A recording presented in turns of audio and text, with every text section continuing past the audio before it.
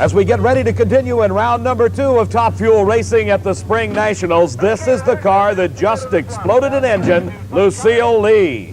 A big boom and a lot of fire in the lights, Lucille, and all for nothing because a 619 is not enough to get the lane choice, but you sure tried. Well, I did let up, too. Oh, did you? Yeah, right before it felt it start to lug. Well, that's a sign of becoming a veteran when you feel those things. Yeah, I really feel good about feeling it, but I know Mark's going to be really upset. Meantime, back at the starting line, our next pair of cars getting ready for this round of competition. One of them is driven by this lady, Shirley Muldowney, and I can assure you she doesn't care if Mark Danikus is really upset. What she's concerned about is this man, the #1 qualifier in Top Fuel Racing, Frank Bradley from Napa, California. Meantime, back in the pit area, in the funny car pit area, Billy Meyer's car is getting a lot of attention. The crew is physically lifting an engine out of the chassis by hand. Just another engine problem in this long weekend of racing. The burnout procedure started by our next 2 cars, Frank Bradley and Shirley Muldowney. It was way back in 1976 that Shirley Muldowney won her first ever NHRA National Event title right here at the Spring Nationals. For Frank Bradley, in 1976, he won the Winter Nationals. He has been winless since that time. But at the Spring Nationals this year, he's the best in qualifying. You qualified #1 for the first time. Does that give you any special confidence knowing that you can outperform all these other cars and have done so for 3 days? Well, sometimes it does, sometimes it don't. Being #1 qualifier, that means you're right on the verge of probably smoking the tires or shaking a little bit. Makes me a little nervous sometimes being #1. I'd rather be 3 or maybe 4. The burnouts are completed, and Frank Bradley looking ahead as his crew member checks the car over. Shirley backing into her own track. Her crew chief, Ron Tobler, checking the engine over. And now it's time to bring both cars to the starting line. This is round number 2 racing. They have both won in the previous round. The winner here will advance into the semifinals. The sky is beginning to get cloudy over National Trail Raceway. Possibly some bad weather starting to move in, and everybody's mind is on that. But everybody's eye on the starting line. Shirley, the last to stage. And Frank Bradley smokes the tires. Shirley Muldowney with a big lead, but some engine problems at the finish line. She runs 5.83 seconds. Her speed is only 227 miles an hour. But the smoke indicating some problems for Shirley Muldowney. The problems continuing in Billy Meyer's pit. Now it is a complete engine being picked up by hand and getting ready to try to lift it into that chassis. That's hard work. They must be having some problems with the electric winch system that is used generally to change these engines. Let's go to Steve. Shirley Muldowney comes out of her car and looks back at an oil-soaked motor.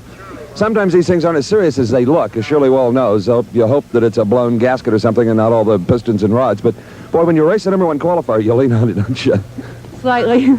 I think they leaned on it a little bit, put some more horsepower in it. Could have lost a filter. Yeah. The way these engines are designed, though, they're built to be leaned on because you can fix them in the time that you have. We'll have about an hour and 15 minutes if it doesn't rain on us. I think everything will be all right. Okay, your guys are here. You get to work.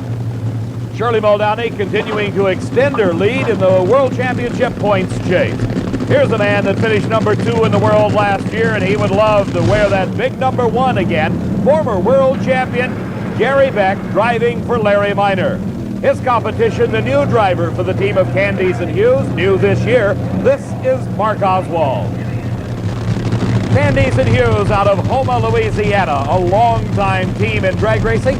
You saw them and Mark Oswald win the recent Cajun Nationals covered here on Diamond B Sports. But now Gary Beck's trying to take the measure. They both smoked the tires.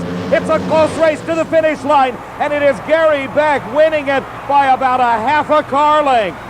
Mark Oswald some 10 miles an hour faster, but it didn't matter because Gary Beck got to the finish line first. As we watch again, smoke off the tires indicating loss of traction for both drivers. At the finish line, they're almost side by side, but in the last second, Gary Beck pulls it out. You see the times, as I told you, Oswald closing hard at the finish, but Beck the winner. Gary Beck, you've had 2 tough races. Those were both 590 laps times. You qualified with 570s. Where are they? I think we're turning the tires a little bit out of the gate, Steve. It felt like it slipped a little bit just off the pad, but it's hard to say. We're plenty glad to just win a few rounds. The first 2 rounds we won this year, so we're happy to be right here. Back in Billy Meyer's pit area, they've got the engine lifted up, ready to drop it into the chassis by hand. It seems that the other engine had a broken main bearing stud. They tried to replace it, were unable to do so, had to change engines. The winch broke, and here they are. Here at the starting line, our final 2 cars in this round of competition getting ready to go. Joe Amato psyching himself up as he rolls forward into the water area to start his burnout. Well, the burnout is exactly what you see. They are spinning the tires at such a speed, it literally burns the rubber on the tires to get them hot. His competition, Gene Snow, doing exactly the same thing as they now back up into their tracks trying to find the best traction. Gene Snow, one of the most famous names in all of drag racing out of Fort Worth, Texas, is against Joe Amato, who's celebrating his birthday today, moving up into the top fuel ranks after competing for several years in the pro comp ranks. Joe Amato winning his first round race with one of the quickest and fastest times ever recorded by the Old Forge, Pennsylvania driver. He's got his hands full here, though, with Gene Snow, the cagey veteran, and a tremendous red light. And Gene Snow shuts it off. He knows all he's got to do is coast it across the finish line. But for Joe Amato, maybe the psych job was just a little too heavy. As we look again, you see him way ahead of the yellow light and the green light. So Joe Amato out of competition. Why you in so much hurry? Is it really worth the worry? Look around, then slow down. Gene Snow didn't worry about lane choice. It took him 16 seconds to get there.